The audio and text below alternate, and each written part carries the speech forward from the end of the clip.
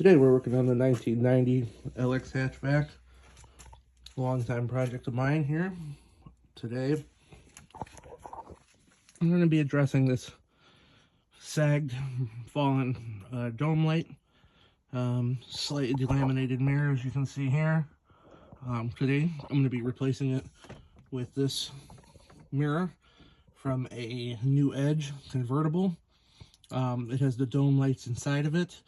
That will allow me to eliminate this. So when we go to replace the headliner, that'll be one less hole in it. Hopefully it works out. Stay tuned. Okay, a little backstory here on my 1990 hatch. As you see here, this mirror seen better days. Unfortunately, that's nothing I could do with that other than replace it. While I'm at it, I figured this guy here, it just kind of, it's not correct. I don't believe it is, at least. And the final headliner here is seen better days. It'll be part of further interior upgrades on the car, but just real tired of this hanging down here. So we're gonna go ahead and replace this mirror today. And I purchased on eBay this convertible mirror.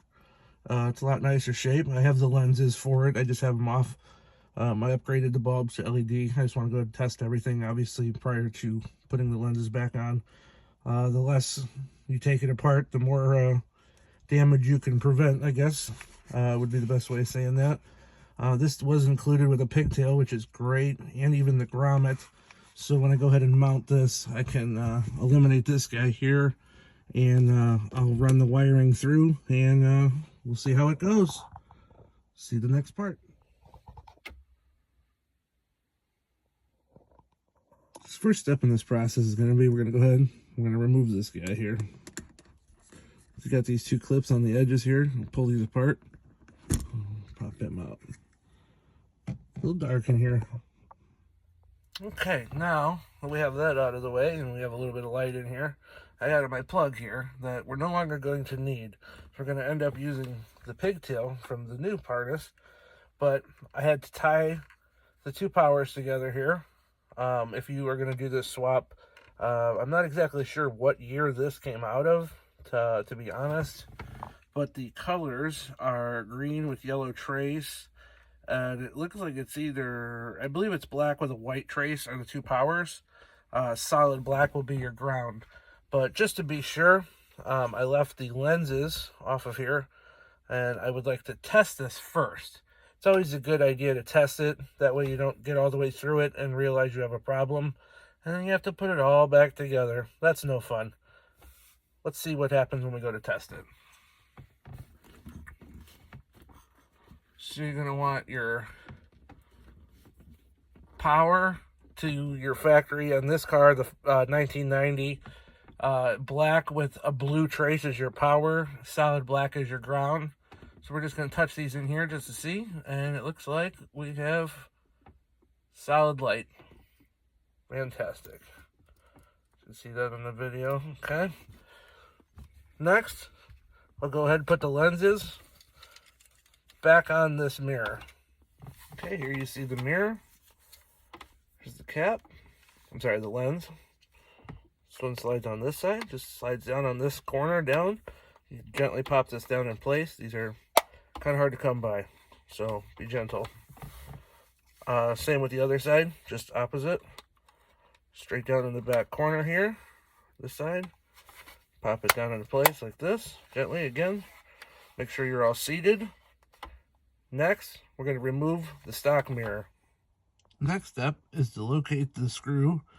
On mine here, you can see I've already gone ahead and loosened it and started to pop the mirror loose here. On mine, it was a T8, just a little T8 bit, and the mirror slides up towards the top of the head of the windshield. Slide it up. Might have to wiggle it around. Mine was in there pretty good. Have to assume it's probably never been off the car, so it's been there quite a while now. All right, you just pop it off. You leaving the tab on the windshield, obviously, and there it is. There's the old mirror. You can see the delamination in it there. This looks like a beehive. All right, next will be mounting the new mirror. So you got your tab from the original mirror there, and with the new mirror from the new Edge car, you can see it doesn't use a screw to retain it. It uses this like spring clip type of deal here. The awesome part is though is that they're the exact same size. I'm pretty sure they're fairly universal. Well, what you do is you slide it over the edge there. You just want to slide it till it drops all the way in place. A little bit of wiggling. Obviously, you don't want to wiggle too hard because it's glued to glass, so bear in mind.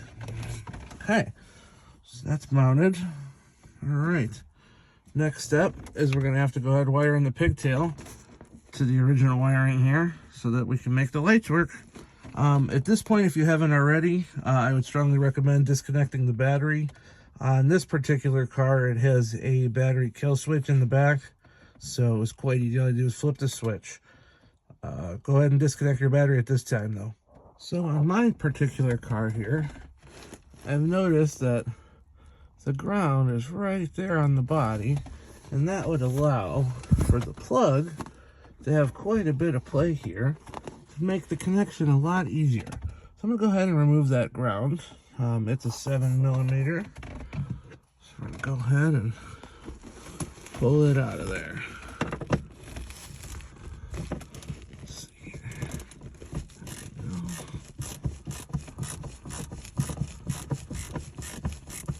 With the ground disconnected, you can see it gives us a lot more room to play with here. So what we're doing here is these two become power. This guy is ground. You got your power and ground here. We're going to cut this real close down here to the plug. I have no intentions of ever going back, so I'm going to go ahead and cut this down here at the plug end, and we will reconnect the wires here. There's lots of different ways you can reconnect them. Personally, I'm a fan of soldering, so I'm going to go ahead and solder those connections. As you can see, with the plug disconnected, cut off here, here's that. You can see one side is your power, your other side leaves you with this ground here. So very easy to determine which is which. This power wire here goes to the two there. Again, I am going to go ahead and solder this connection. You can use crimp connection. You can use a quick disconnect if you feel fit. To be honest with you, it disconnects from the back of the mirror, so I would see no reason to put a disconnect here and there. Gonna want to start by going ahead and stripping that back. I added some heat shrink to mine here, already slid it on. Next, you can see it's already cut back here. This is obviously the ground side of it. I'm going to go ahead and make this connection, and I'll be right back. Next, we're going to go ahead and make the solder connection here.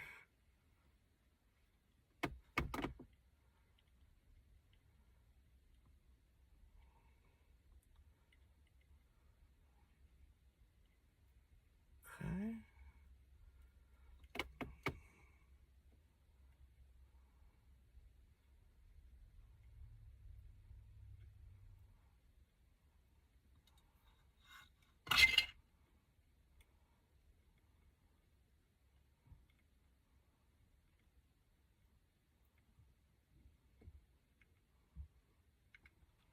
Okay.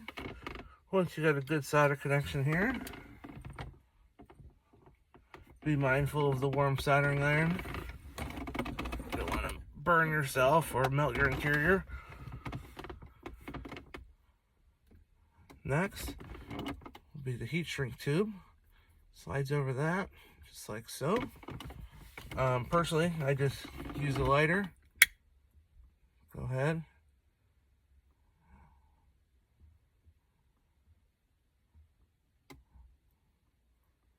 Voila. You're going to want to go ahead and repeat that same process here with your power side of the cables.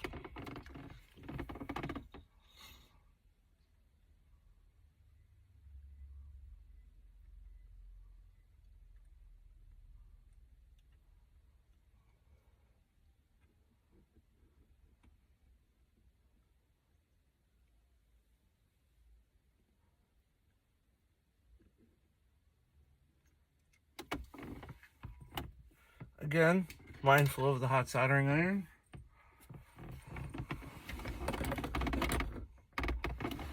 And also, again with the shrink tube. Slide it over your connection. And then you just go ahead, shrink it down. This ensures a nice watertight seal. Keeps your wires protected. And that's that. Next, we'll go ahead and reconnect this ground back up inside of here. Okay, now with the ground reconnected, in my particular application, this car is going to be undergoing some extensive interior work here. Amongst those will be this headliner. As you can tell, that's totally demolished. The hole here doesn't bother me. It has this little stuff just hanging this thing up just to hold it up, get it out of my vision. So for the time being, I just have the wire just setting here. Once it's all said and done, I'll go ahead and Dremel this up on here, and that will mimic the way it's ran in the factory convertibles. I also have an 89 GT convertible that I can use for reference, so it'll look as stock as possible. For the time being, this will be okay in my application, but when everything's said and done, you'll be able to see the interior modifications as they happen, and it'll all make sense then. Now we can go ahead and reconnect our battery. Next step here will be to reconnect the battery, and we'll see if this these lights here work as they did when we just made our rough connections earlier. Let's see what a difference it makes here in the car. Okay, let's see what happens here with the battery reconnected. This happens when we open the door. Ah, fantastic. Just as we were hoping for. The old one. It's a nice new one. Excellent. Now, to plan for these future interior mods. Stay tuned. Oh, and on a side note, I also want to point out that by running the wires the way that I did, by tying those two together, that means that the one wire only has hot when the doors are open. So these functions won't work unless you run a whole new hot wire for that particular function, which I would suggest to fuse or to tap off another fuse. But in my application, that didn't bother me. In this video here, I was more or less looking just to replace the mirror, just to move the dome light to there. Previously, this car didn't have, personal side-by-side map lights like that, so it doesn't bother me that it still does not. And for those wanting to see the full shot here, how it does here on the interior. Not bad.